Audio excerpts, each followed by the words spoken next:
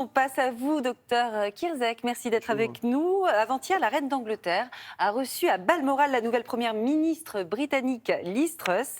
Et la photo de cette rencontre a beaucoup fait réagir, car on voit un gros bleu en fait sur la main de la souveraine.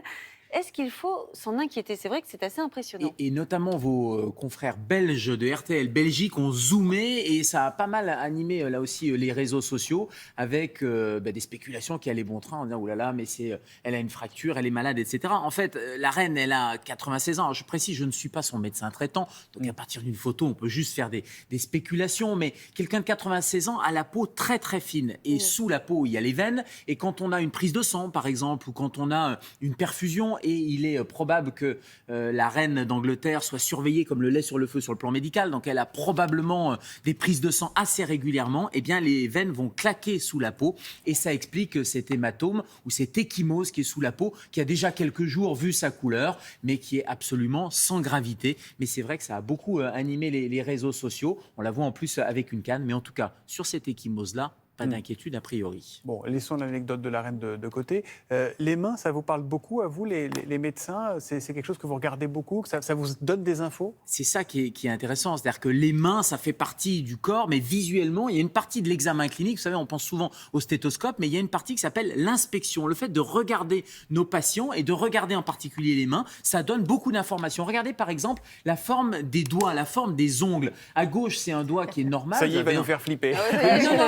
Non, mais pas du tout, parce que c'est pas un signe qui donne une maladie. Et je crois que c'est important de le rappeler. Par contre, un signe peut aiguiller ou peut faire dire je vais aller consulter parce que, tiens, j'ai une modification de la forme de mes doigts et notamment l'hypocratisme digital. Si vous avez les doigts comme ça et les ongles qu'on appelle bombés en verre de montre, c'est un peu comme le verre d'une montre. Alors, si c'est de naissance, pas d'inquiétude. En revanche, si ça apparaît ou vous avez une modification chez vous ou l'un de vos proches, ça peut valoir la peine d'en parler à son médecin. On voit ça dans des maladies pulmonaires, dans certaines maladies cardiaques. Mais encore une fois, c'est pas parce que vous avez une modification des doigts que vous avez forcément la maladie. Mais c'est un petit warning. C'est un indice. Ouais. Un autre indice, l'érythrose palmaire. Alors, qu'est-ce que c'est que ce mot compliqué? Regardez, c'est la paume des mains qui est rouge un peu des deux côtés et puis sur toutes les surfaces un peu en relief. Ça peut être un signe de consommation non modérée d'alcool. Bref, quand on consomme un peu trop d'alcool, on sait qu'on a des conséquences au niveau hépatique et ça peut donner de l'érythrose palmaire. J'ai une question, docteur. Pourquoi, quand on va se faire opérer, il ne faut pas mettre de vernis à ongles? Alors, il ne faut pas mettre de vernis à ongles parce que quand vous faites opérer, on va vous suivre pendant l'anesthésie la saturation en oxygène. On va mettre un petit capteur sur votre ongle et ça suit la courbe du pouls et ça donne la saturation en oxygène, c'est-à-dire votre taux d'oxygénation. Et si vous avez du vernis, ça perturbe cette surveillance pendant l'intervention chirurgicale. Eh bien, merci. Et le vernis à ongles, ça abîme les ongles aussi. Je voudrais juste vous montrer aussi un syndrome de Raynaud. On va rentrer dans des périodes un peu froides. Le syndrome de Raynaud, c'est quand vous avez le bout des doigts qui devient tout blanc ou tout bleu et puis après, ça se revascularise. Là aussi, ça n'a pas de gravité particulière. Il y a certaines maladies qui sont liées à ce syndrome de Raynaud, mais très souvent, ça touche plutôt les femmes, plutôt quand il fait froid. Et quand on va rentrer dans ces périodes un peu d'hiver, il faut protéger avec des gants, ça évite d'avoir ce syndrome-là. Et Julia, votre question, elle est très bonne parce que, regardez, on voit sur la photo, tout blanc, tout bleu, puis après, ça, c'est pas très grave, notamment quand vous avez ça depuis des années, il n'y a aucune inquiétude à avoir. Certaines maladies systémiques peuvent donner ça, mais globalement, c'est ce qu'on appelle un syndrome de Raynaud. On surveille les nouveaux symptômes, c'est ça?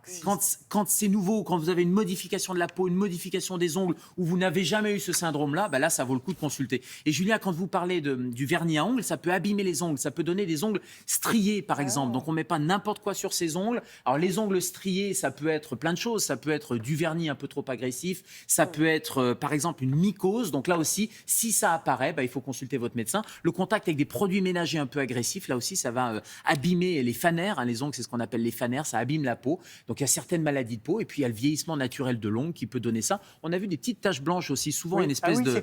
Ma grand-mère disait, c'est que tu ne manges pas cette salade de calcium. Pas de calcium, c'est ça. Complètement faux. Ce sont des micro-traumatismes de l'ongle. C'est pas un manque de calcium, c'est pas un manque de salade non plus. Ce sont des micro-traumatismes. Et parfois, et là aussi, si ça apparaît, n'hésitez pas à consulter. Il y a parfois des mycoses, des champignons et un traitement simple. Et le truc un peu ovale que certains ont très marqué sur les ongles et d'autres pas à la base de l'ongle, là, c'est...